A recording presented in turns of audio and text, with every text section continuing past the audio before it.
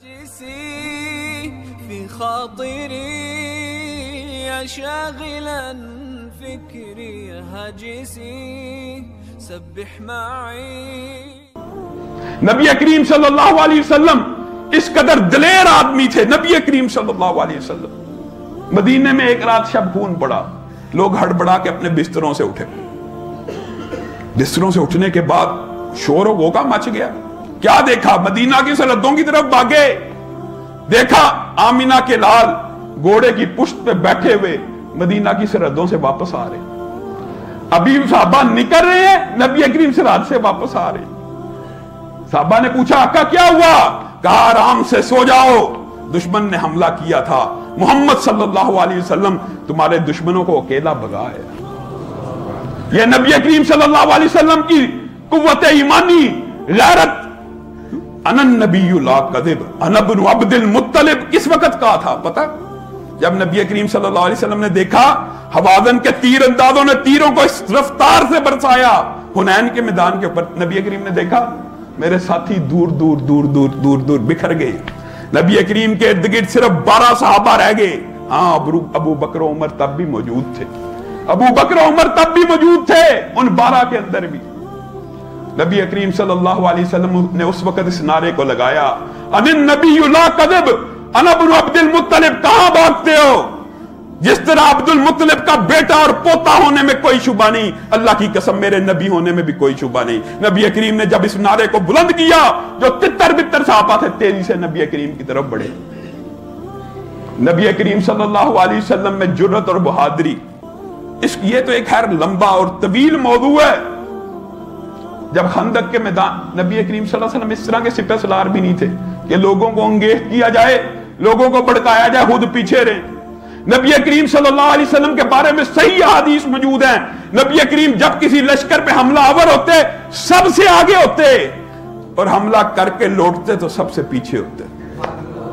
صحابہ پیچھے رہنے کی کوشش کرتے, نبی کریم کہتے نہیں میں تمہاری حفاظت کروں گا, میں پیچھے رہوں گا.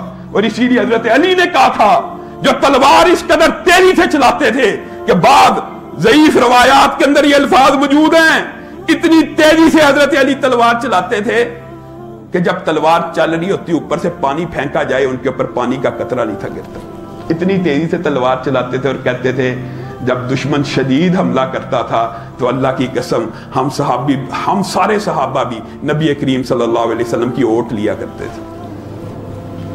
اور نبی کریم کے خندق کے مکان کے اوپر جب صحابہ نے جذبہ جہاد کے اندر شوق اور رغبت کے ساتھ یہ بات کہی نحن الذین بایعوا محمدا علی الجہاد ما بقینا ابدا, ہم وہ ہیں جنہوں نے آپ کے ہاتھ کے اوپر جہاد کی بیعت کی ہے, اللہ کی قسم مرتے دم تک اس پہ قائم رہیں گے. تو نبی کریم نے جواب میں ان کو دعا دی اللہم لا عیش الا عیش الاخرہ فاغفر للانصار والمہاجرہ. اللہ اصل زندگی آخرت کی زندگی ہے, میرے مہاجرین اور انصار کو اس زندگی میں کامیاب کر دینا. نبی کریم صلی اللہ علیہ وسلم نے جب صحابہ کو, اور یہ صحابہ کے اندر بھی کئی مرتبہ دشمن اس قدر بڑی تعداد میں ہوتا ہے, دل کے اندر تھوڑا بہت خوف آ جانا یہ ایک فطری بات ہے. نبی کریم صلی اللہ علیہ وسلم نے دیکھیے اپنے محبوب ترین لوگوں کو جہاد کی سپہ سالاری سونپی ہے. زید بن حارثہ کو سونپی. نبی کریم کے بیٹے تھے کہ نہیں تھے؟ سب سے محبوب تھے کہ نہیں تھے؟ جعفر بن ابی طیار کو ذمہ داری جعفر طیار کو دی کہ نہیں دی؟ محبوب نہیں تھے, نبی کریم کے قریبی نہیں تھے, اور نبی کریم بتا رہے ہیں یعنی اطلاع مل جانے کے باوجود نبی کریم صلی اللہ علیہ وسلم کی استقامت یہ تھی اگر زید بن حارثہ شہید ہو جائیں تو جعفر طیار علم کو اٹھائیں, اگر جعفر طیار شہید ہو جائیں عبداللہ ابن رواحہ علم کو اٹھائیں. یعنی پتا تھا کہ شہید ہو جانا. وحی کے ذریعے اطلاع آ گئی تھی.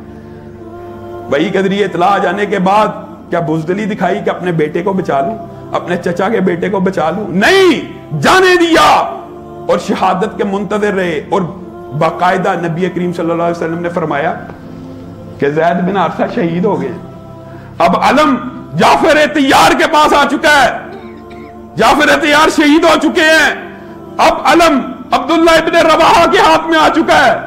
اور نبی کریم صلی اللہ علیہ وسلم کا چہرہ متغیر ہوا.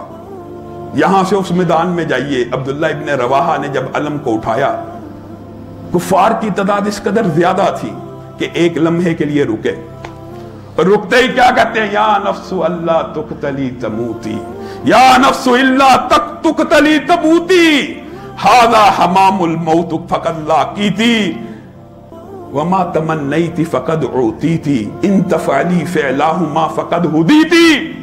اے عبداللہ ابن رواحہ، کتنا عظیم جملہ. آج نہیں مرے گا تو کل تو نے مرنا ہی ہے.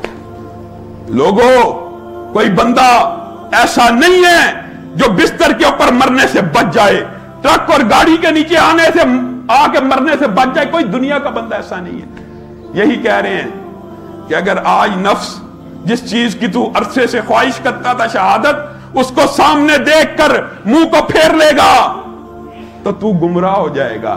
جس چیز کی تو نے تمنا کی تھی، آج تیرے سامنے وہ شہادت بازو کھولے کھڑی ہے. ان تفعلی فعلاہما، اگر تو وہ کام کرے گا جو پہلے دو کر گئے ہیں، فقد ہدیتی، تو نجات پا جائے گا. ادھر یہ اشعار کہنے کے لیے رکے، دشمنوں کے اندر گھس گئے، ادھر نبی کریم صلی اللہ علیہ وسلم کے چہرے پہ مسکراہٹ آ گئی. کہا عبداللہ ابن رواحہ چند لمحوں کے لیے رکا تھا، لیکن اس نے وہی راستہ اختیار کیا جو پہلے اس کے دو ساتھیوں نے اختیار کیا. پھر کہا اب اللہ کے شیروں کے پاس، اللہ کے شیروں میں سے ایک شیر کے پاس تلوار آ گئی ہے. اور تلوار کس کے پاس آئی؟ خالد ابن ولید کے پاس آئی. انہوں نے عمدہ حکمت عملی کے ساتھ جھپٹ کر پلٹنا اور پلٹ کر جھپٹنا، اس نیت کے ساتھ تلوار کو چلایا اور باقی لشکر کی جان محفوظ کر دی. لوگوں، آج ہمارے اندر جذبہ جہاد ختم ہو چکا ہے.